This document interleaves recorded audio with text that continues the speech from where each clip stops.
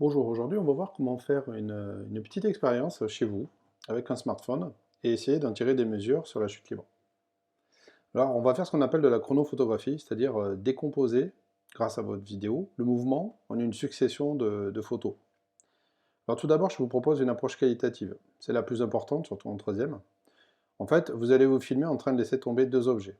Vous allez avoir une vidéo similaire à celle-ci, vous vous rappelez, on laisse tomber une pomme de la main gauche, un kilo de pomme de la main droite, et on s'aperçoit que si on prend la vidéo image par image, on s'aperçoit que les deux objets, bien qu'étant de masses très différentes, d'accord, ils tombent simultanément, d'accord, et arrivent en même temps au niveau du sol. Alors, on peut déjà en tirer quelques mesures. Là, on suppose qu'on a à peu près 2 mètres de distance entre le centre de gravité des pommes quand on les lâche et quand elles touchent le sol. Ça nous servira tout à l'heure. Mais en fait, en passant les images une par une sur votre smartphone, surtout si vous filmez en mode ralenti, vous allez voir que vous avez une bonne précision et que vous pouvez voir étape par étape la chute de ces deux corps. Donc, ce que je vous propose, c'est de faire avec quelqu'un qui vous aide, hein, parce qu'en fait, le plus simple, c'est de monter sur un tabouret ou une chaise, histoire de lâcher les objets environ à 2 mètres de hauteur. Le plus simple, c'est de prendre une trousse assez pleine et un crayon, d'accord. Le plus délicat, c'est de les laisser tomber en même temps. Donc faites attention qu'au départ, ils soient à la même hauteur. Et ensuite, vous les laissez tomber. La personne qui était en face de vous, qui a filmé ce phénomène, va vous donner le smartphone et vous allez pouvoir passer les images, image par image. Autre petite chose, si vous avez la chance d'avoir un jardin ou une salle de bain assez grande, je vous conseille l'expérience, d'accord, de la bouteille d'eau ici, percée. D'accord. Vous vous rappelez, c'est ce qu'on a fait pour montrer la notion de microgravité. Et si vous passez ensuite à cette vidéo, toujours pareil, image par image, vous allez voir que dès que la bouteille est lâchée, y compris quand elle est dans sa phase ascendante, ben, il n'y a plus d'eau qui sort. Vous voyez, là on le voit bien. Et bien sûr, l'eau ne se va remettre à sortir qu'après l'impact. Donc ça fait deux expériences à faire, très qualitatives mais très importantes. Hein, pour ce phénomène, je vous rappelle que deux objets de masses différentes tombent à la même vitesse, en chute libre. C'est-à-dire on néglige l'action de l'air. Au niveau quantitatif, on peut quand même aller plus loin.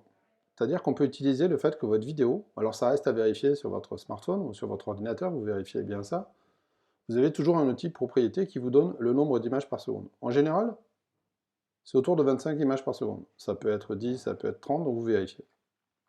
Et ça va nous permettre par exemple de retrouver l'intensité de la pesanteur terrestre, qui est environ 10 mètres par seconde carré, ou 10 newtons par kilo aussi.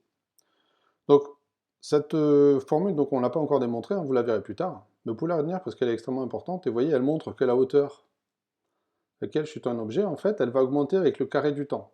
Ça ne doit pas trop vous surprendre, vous vous souvenez qu'il y a une accélération. Donc on n'a pas une relation linéaire entre le temps et la distance, comme c'était le cas si on avait une vitesse constante, mais là on a donc une accélération qui est en fait modélisée par ce carré. Si j'inverse, je vais en déduire l'intensité de la pesanteur, petit g, d'accord, ça nous fait 2h sur t au carré, et donc je vais essayer d'évaluer ça. Alors si, comme on l'a dit tout à l'heure, on prend environ 2 mètres, là vous essayez d'être précis, vous pouvez même mettre une règle dans votre vidéo pour être sûr qu'on est à peu près, pour étalonner en quelque sorte, et mesurer plus précisément. Et imaginons que vous trouviez 16 images, vous fassiez défiler 16 images pour aller du lâcher des objets, de la trousse, jusqu'au contact avec le sol. D'accord. Alors maintenant, en fait, il faut transformer ces images en mesures temporelles. Et ça, vous avez juste à vous rappeler justement donc qu'il y a 25 images par seconde, ou autrement dit, qu'une seconde, en fait, dure entre guillemets 25 images. Donc si vous avez 16 images, bien sûr, ça va faire moins d'une seconde, mais vous voyez, vous avez une mesure plus précise, parce que sur votre chrono, au niveau du smartphone, je ne pense pas qu'il vous donne des centièmes de seconde, alors que là, vous savez que le phénomène que vous étudiez dure 16 25e de seconde. Donc là, je vous ai fait le détail, avec les unités, on fait attention, vous voyez, on a des mètres par seconde au carré. On aura donc à la fin 4 fois 25 sur 16 au carré, vous calculez environ, on retrouve à peu près le 10, c'est-à-dire le 9,81, vous vous souvenez de l'intensité de la pesanteur. Donc vous voyez, sur ces chronophotographies, on peut quand même aller chercher des valeurs numériques. Alors ce que je vous disais tout à l'heure aussi, hein, c'est que ce phénomène, vous vous rappelez, extrêmement important, il a même été testé sur la Lune, je vous ai montré cette vidéo, bon, qui n'était pas d'extrêmement bonne qualité, mais qui avait le mérite de montrer la chute simultanée d'un marteau ici, et d'une plume dans la main gauche de l'astronaute. Et comme sur la Lune, les objets ne sont pas ralentis par l'air, hein, parce que la Lune, vous vous souvenez, sa gravité n'est pas assez forte, donc elle ne peut pas retenir suffisamment d'atmosphère autour d'elle-même. Mais on a fait de l'expérience, en fait, ça c'est un documentaire de la BBC, d'accord, qui a été filmé ça dans une énorme tour de la NASA, qui fait plusieurs mètres de haut. Donc première étape, vous avez vu, on fait tomber une boule de bowling et des plumes. Bon, pas de surprise, les plumes sont ralenties par l'air, et donc arrivent après la boule de bowling.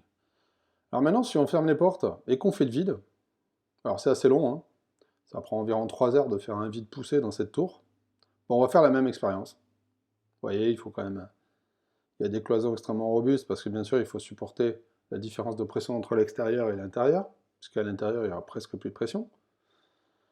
Donc, on fait tourner une pompe assez longtemps, plus de 3 heures, je vous ai dit, et après, on déclenche le lâcher de la boule et de la plume. Lâcher simultané, bien sûr, hein, pour pouvoir bien comparer facilement à l'arrivée.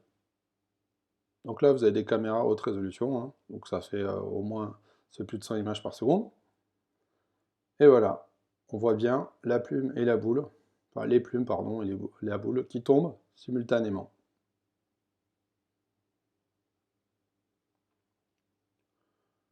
Voilà, vous voyez, donc on s'est placé dans des conditions similaires à celles de la Lune, avec une hauteur bien sûr beaucoup plus spectaculaire, et on arrive à ce résultat important de Galilée, hein, à savoir que, quelle que soit la masse des objets, ils tombent à la même vitesse. Si ce n'est pas le cas, c'est que l'air a influencé ce déplacement, et donc on n'est plus en chute libre. Voilà, merci. Donc essayez ces expériences, et envoyez-moi vos résultats. Au revoir.